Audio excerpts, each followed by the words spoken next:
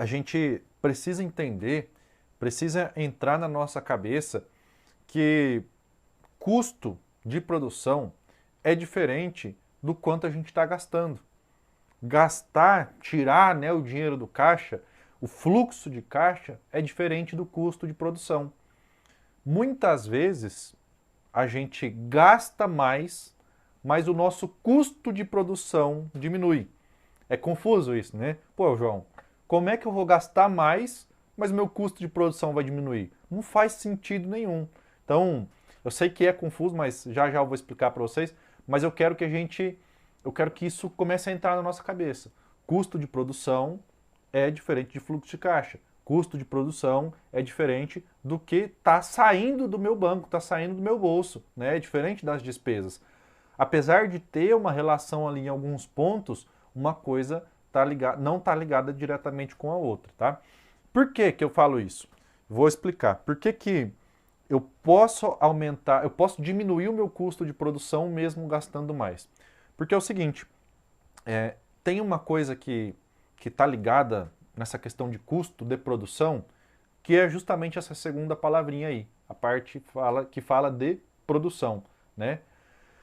Quando a gente olha custo de produção, nós estamos olhando, a gente está analisando quanto que a gente gastou para produzir determinada coisa, certo? Isso é custo de produção.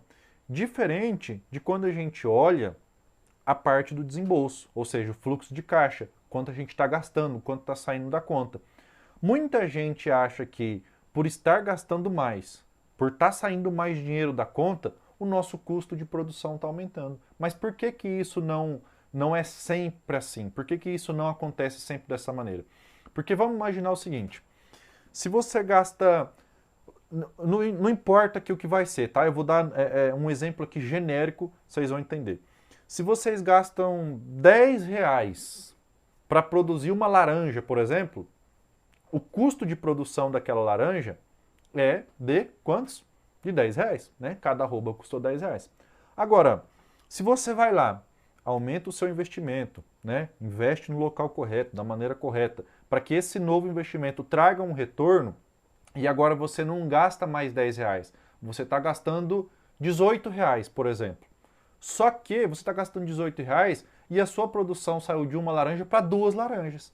Então, antes, você gastava 10 reais para produzir uma, o custo de produção de uma laranja era de 10 reais. Agora você está gastando 18 para produzir duas. Então, o custo de produção daquelas duas laranjas ficaram em 9 reais cada uma, certo? 9 com 9, 18.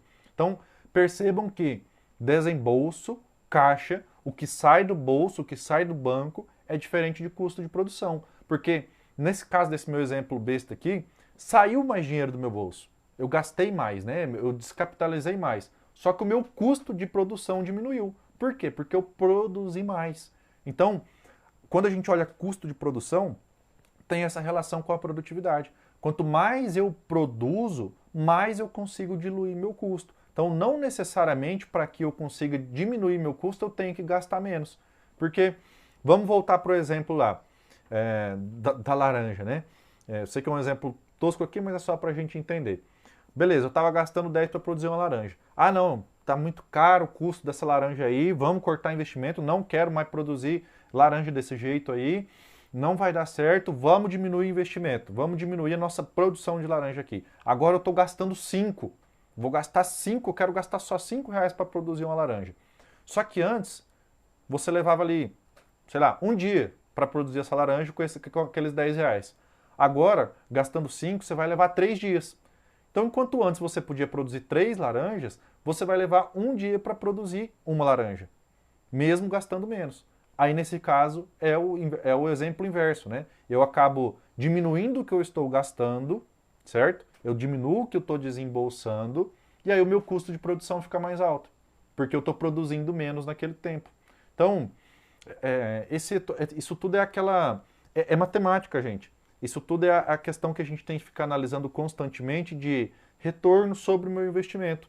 Porque tem que tomar muito cuidado da gente não remover esses investimentos, né, esses custos, essas despesas, vamos colocar assim entre aspas, que estão agindo em cima da minha produtividade, que estão agindo em cima do retorno, estão assim, agindo em cima quantidade de gado que eu posso pôr na área, estão agindo em cima do GMD, né, o ganho de peso daquele gado.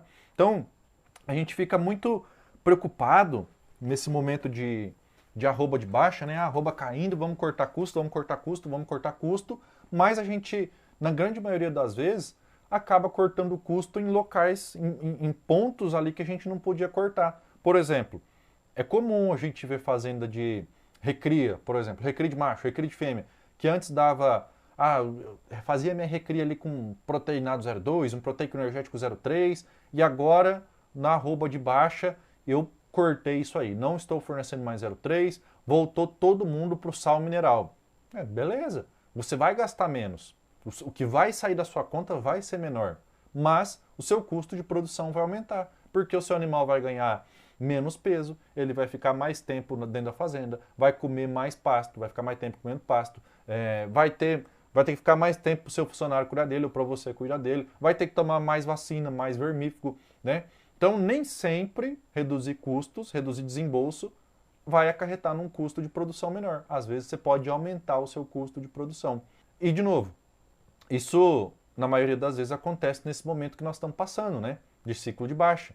Arroba caindo, todo mundo começa a cortar custo. Enquanto antes estava investindo para produzir mais, colocando adubo para ter mais cabeça por hectare, estando com a suplementação ajustadinha para dar um GMD alto de 1 kg por dia, o negócio começou a cair, o povo começou a cortar. E aí a bola de neve começa a rodar e não volta mais. Porque num primeiro momento parece que você está economizando, mas no longo prazo aquilo te causa um buraco gigantesco. É esse exemplo do garrote que eu acabei de dar. Antes eu estava dando um 0,3, estava ganhando 1 kg por dia. Agora a arroba caiu. Vou voltar para o sal mineral. Nossa, beleza, vou gastar menos. Só que o ganho saiu de 1 kg por dia e veio para 600 gramas por dia. Então, o tempo para aquele garrote sair do seu pasto quase que dobrou.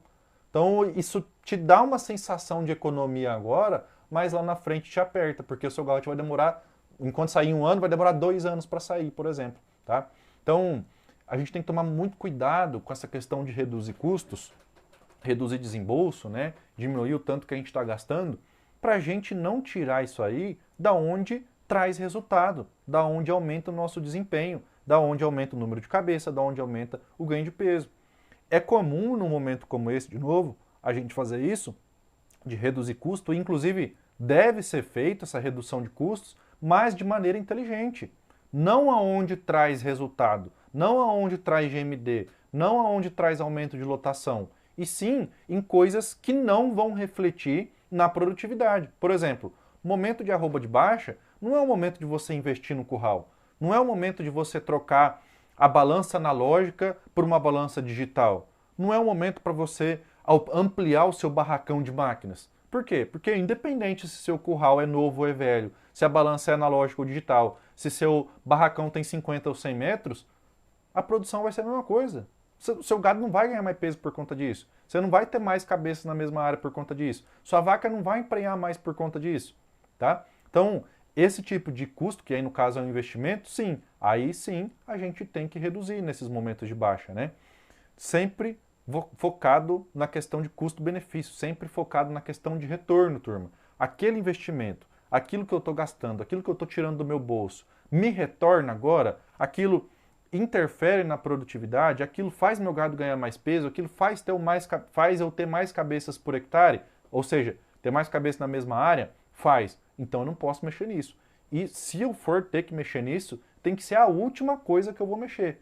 Agora, tem uma cerca caindo lá. Você vai fazer a cerca inteira? Não, vai remendando. Preciso trocar um palanque do curral. Você vai trocar o curral inteiro? Não, troca só um palanque, troca só um negócio. Minha balança é uma balança analógica. Vou trocar agora? Não, não vou trocar agora. Não é momento de trocar trator, não é momento de fazer investimento. Aí sim eu concordo. Agora, em pontos que vão retornar produtividade, não faz sentido por conta desse custo de produção. Tá? Se você está assistindo esse vídeo agora é porque você quer melhorar o seu resultado na pecuária de corte. Então, eu quero te convidar a conhecer o Portal Acelerador de Arrobas, que é o maior portal de capacitação de pecuaristas do Brasil. Lá a gente tem dezenas de cursos, dezenas de formações para que você consiga transformar a sua propriedade em uma empresa que realmente vai te dar dinheiro, aumentando o seu lucro em até 10 vezes. Clica no link que está aparecendo aqui na descrição desse vídeo para que você consiga ver e ter acesso a tudo que tem lá dentro e entender se é para você.